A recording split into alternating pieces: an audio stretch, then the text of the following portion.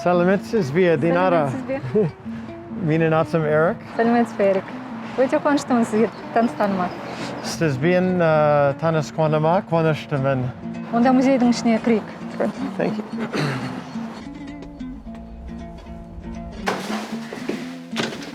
Эрик, музейге қош келдіңіз. Осы үйде мен туып өскем. 5 жасымда мен кішкентай бала едім.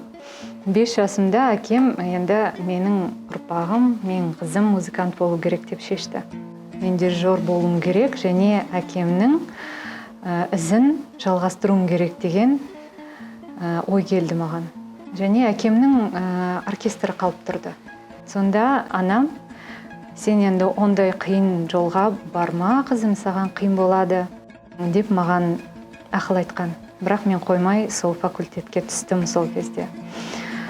Сол дұрыс шешім болды деп ойлаймын.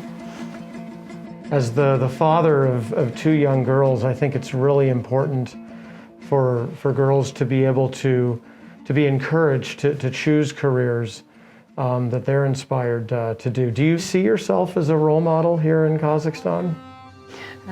Концерттен кейін көптеген қыздар келеді. Мен сіз сияқты дирижер болғым келеді. Жетекшілік еткім келеді деп келеді маған. Ол әрине маған шабыт береді, жігер береді. Ол мені қуантады.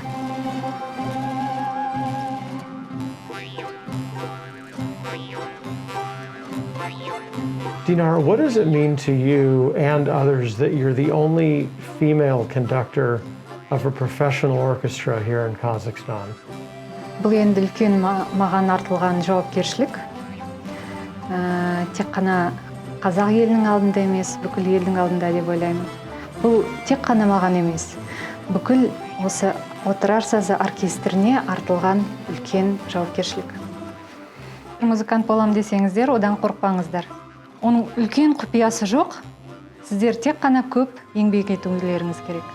Мереке құтты болсын, бәріңізді құттықтаймын. Happy International Women's Day.